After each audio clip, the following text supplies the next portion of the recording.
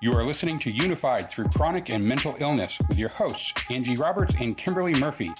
Please be advised that some of the topics of this podcast can be triggering and sensitive in nature.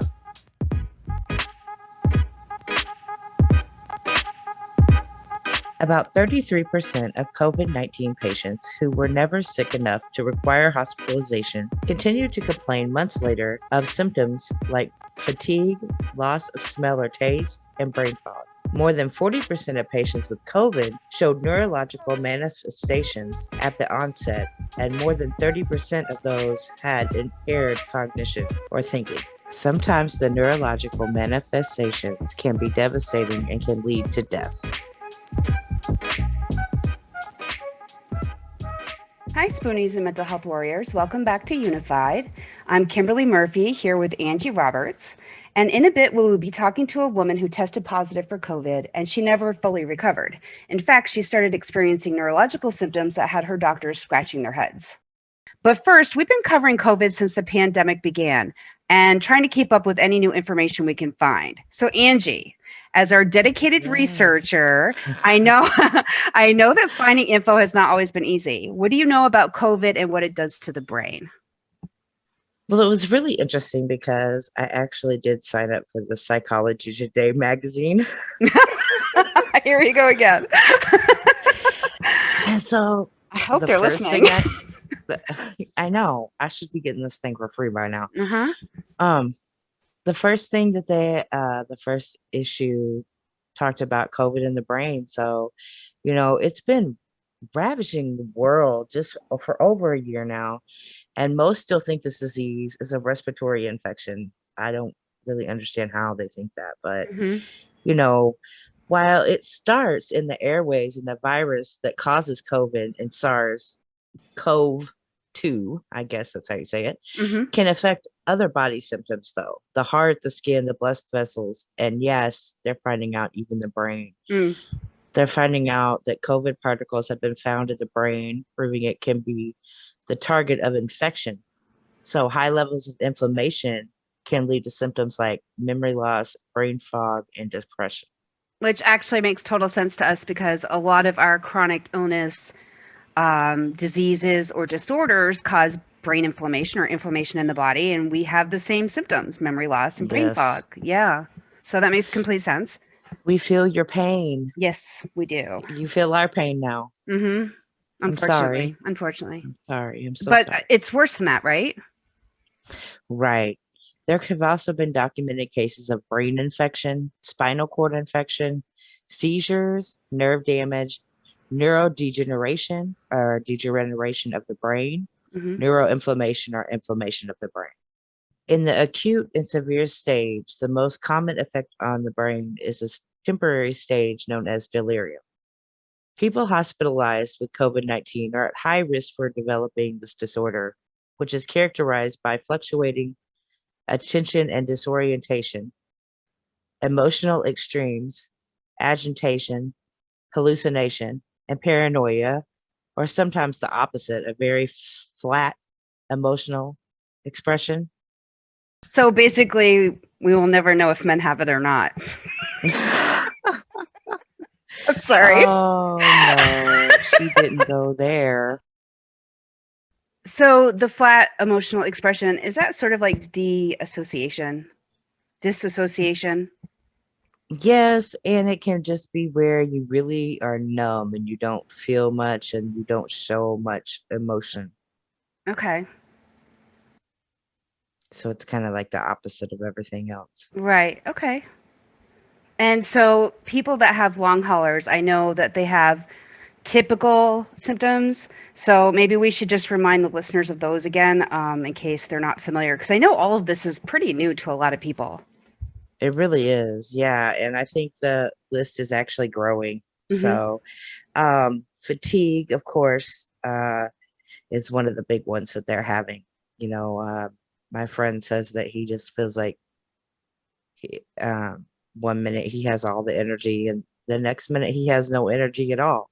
Yeah, that's hard. I know a lot of people can relate to that in the chronic illness community and in the mental health community as well. Definitely. Yeah. Shortness of breath or difficulty breathing.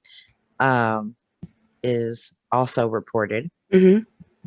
Still having a cough, joint pain, chest pains, memory or concentration or sleep problems, muscle pain or headaches, fast or pounding heartbeat. Wow. Okay. I know. I wouldn't expect that one. Mhm. Well, they were saying that your vital signs are going all over the place. Your Mhm. heart, like, um, from when you lay down to standing up, it'll go up real fast. Okay. So, it's interesting what this is doing to the body. You're also still having problems with loss of taste or smell, depression and anxiety, fevers. Some Mhm. people are still having fevers. My friend is still having fevers. Wow. Um, dizziness when standing, and worse problems after physical or mental activities. Now, see, reading that list, a lot of those symptoms can also be for so many other things. So I can completely understand how doctors could look at a patient and they're not going to think long haulers right off the bat, because a lot of doctors are just really kind of accepting the fact that COVID can do long lasting damage in the first place. So, Right. I mean, joint pain, fatigue, depression, anxiety, joint pain. I probably just said that. Chest pain, difficulty breathing, all that stuff could be lupus. So, Right. you know what I mean? So, just Lots of that stuff could be fibromyalgia. exactly. So I can see how this could be really hard for doctors to diagnose. Right. I think so too. I think they have a long road ahead of them with COVID, and we definitely need to be praying and be patient. And it's so Absolutely. hard. It It's is. so hard to be patient. We just want to know the answers now. Well, What's yeah, going to happen because we now? want people to be treated and have the least amount of damage done because, as we talk about in many of our episodes, viruses like this can turn into or activate long-term chronic illnesses that Hmm. are never curable. So, I mean, Right. I think that's the fear for most people, is that they're going to end up with something that isn't curable. Yeah. And it's scary. It's Hmm. just scary not to know what's going on with your own body.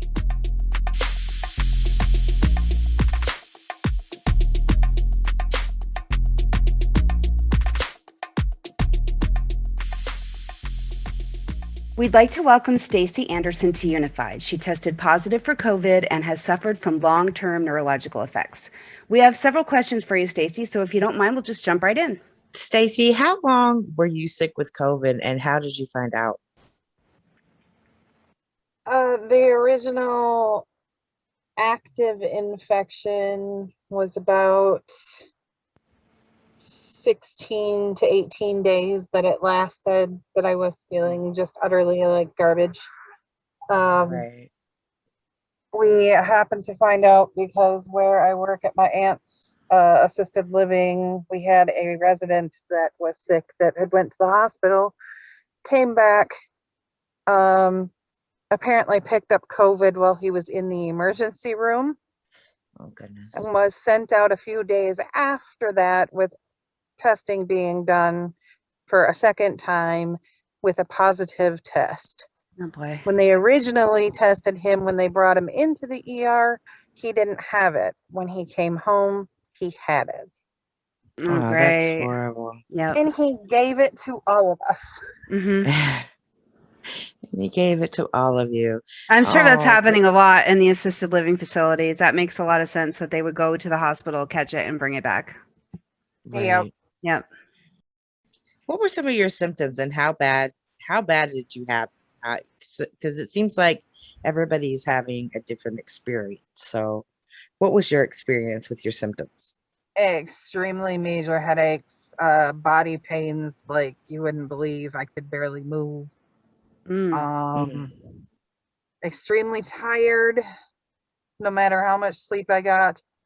I think the first few days I slept all but like 2 hours, and those 2 hours were split between meals and potty breaks, and of course taking care of my animals. But other than that, I didn't really do anything the first few days of Right. actually coming down with it. Hmm. Um, it was really rough. The appetite was gone. Extremely thirsty. even though you didn't feel like really eating or drinking anything. Mm-hmm. And I ended up having extreme issues with my memory, fevers up to almost 104. Oh, Just Wow, that's high. really, really icky, sick stuff. Mm-hmm. that sounds horrible. It does. It was. How was your breathing? It was not good because I have other issues with my breathing also. So it just amplified that. Mm-hmm. And that was actually one of the long-term things that stuck with me that I still deal with. Mm-hmm. Right. But during the time that I had the actual COVID, I had a cough really bad. They had me on prednisone. They were making me use umpteen different inhalers to try to stop the breathing issues. I had to have a couple of nebulizer treatments. Nothing was Ugh. seeming to work. Wow. Now they have me on 3 inhaling devices. They have 2 different, the regular duoneb, Uh-huh. and then a Braille inhaler so that my lung function doesn't get any worse from this stuff, and my rescue inhaler. Now you say now you're Mhm. on all of those. How long ago was your first symptoms of COVID? So how long has it been since it started? I got COVID in the end of November. Right. So how long after COVID did you realize that it was long haulers? And what were your symptoms of long haulers?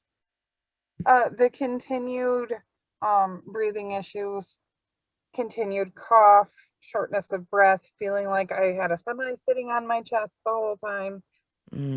Continued with the fatigue and the inability to be able to do very much at one time before I needed a break. I Right. still, every once in a while, spike fevers and get huge hot flashes. Still have problems with headaches. What were the doctors saying were they saying it was long haulers or were they saying something else is going on? They so far are still doubting a long haulers, but they're kind of running toward it now. Mm-hmm. I see my neurologist in a few days. I'm hoping to get a better answer from him maybe. But I was Right. also having like seizure like episodes that were coming along with the severe migraine headache that I was having.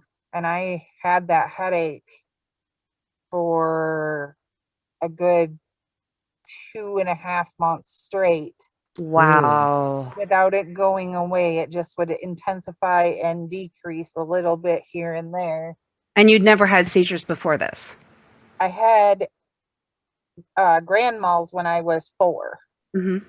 And I only had 2 of those. They put me on some Dilantin at that time, and I took it for a couple of years with no seizures, so they took me off of it. Oh, okay.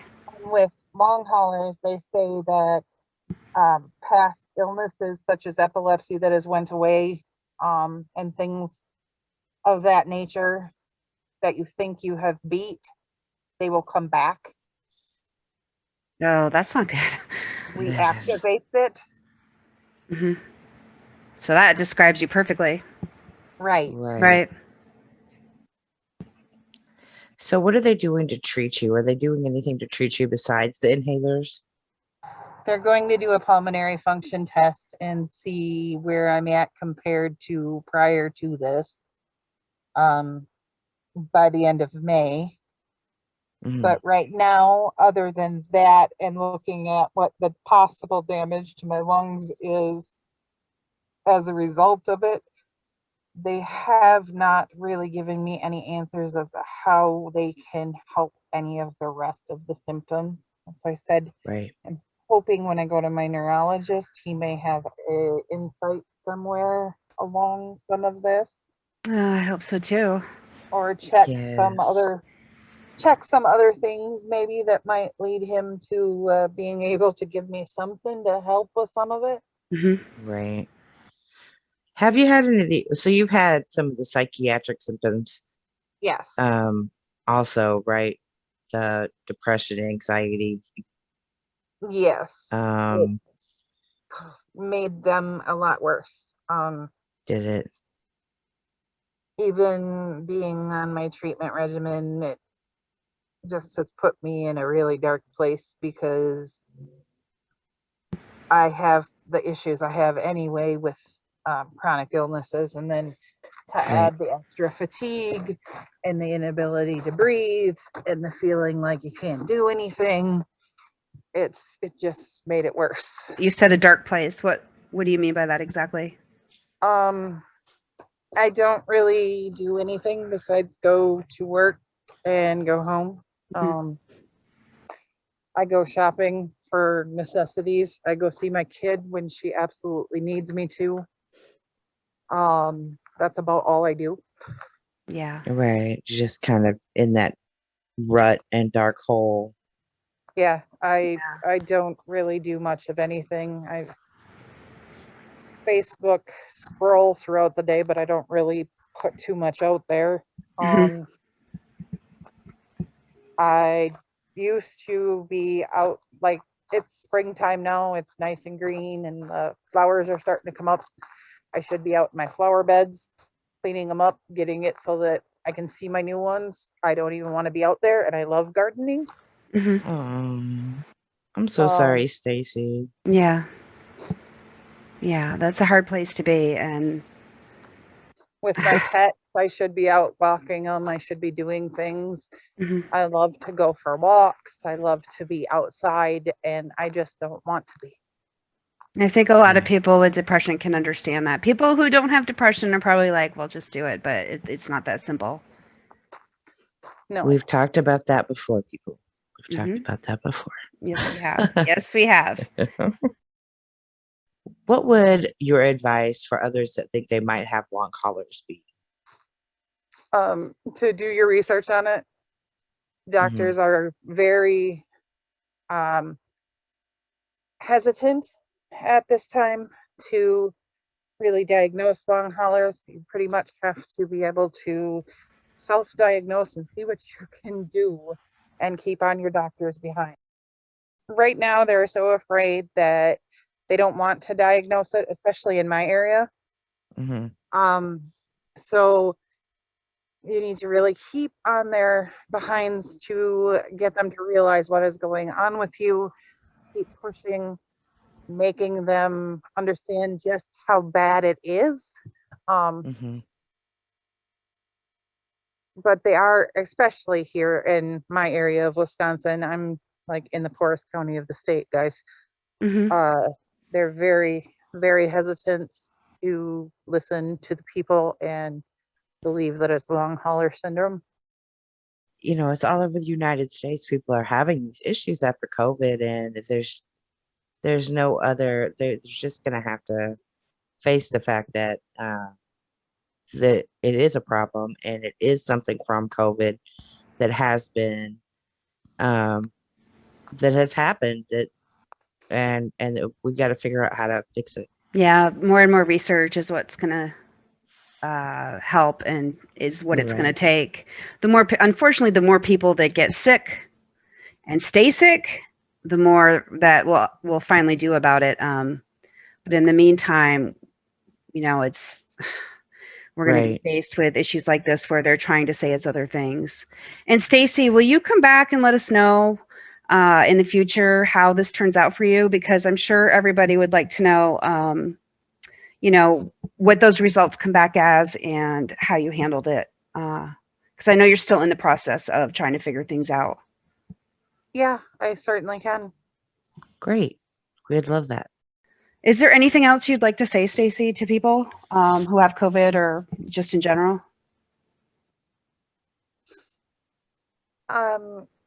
I was skeptical, and for the longest time, I figured I wasn't going to get it.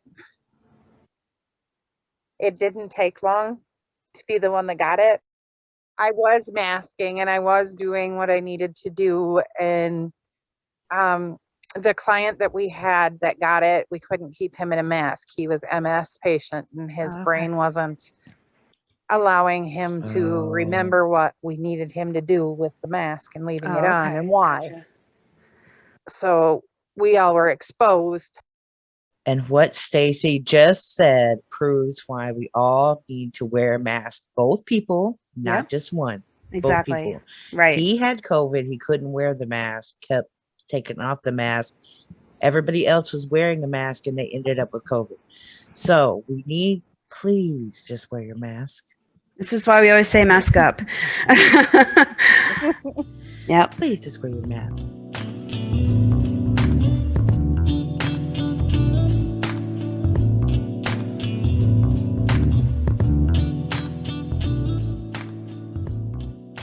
So, Angie, what is the mantra for this week? We are in the midst of a highly teachable moment. There's no doubt that this period will be referred to for the rest of our lifetimes. We have a chance to go deep, to go broad. Globally, we are in this together. Depth is being forced on us by great suffering, which I like to say always leads to great love. Yeah, there is no doubt about the tremendous suffering happening around the world, which is why it's so important that we stick together. I mean, not just with our loved ones, but we also need to show compassion to everyone. Yes. You just don't know what people are going through, especially now. You know what I mean? So it's really important that we just treat everyone the way that we would want to be treated in a situation where somebody has COVID or someone that we love, we've lost to COVID, because that number is increasing all the time and people are suffering. They really are. But we can help each other with compassion. We absolutely can. Yes. Just remember, you may not have been there, but you can always just have a little bit of empathy or sympathy for that person. Exactly. So we hope that you guys enjoyed this week's episode. And if you did get something out of it, please like, share, follow, or subscribe. All of our social media information will be announced in just a moment. Please join us next week, where an unexpected experience at the doctor's office this week led us to the difficult topic of doctors without boundaries. Yep. So, yeah. So until then, remember that we're always stronger together. Mask up. Peace out, guys. Unified through chronic and mental illness can be found at anchor.fm/unified. There you can find all social media links as well as other ways to listen.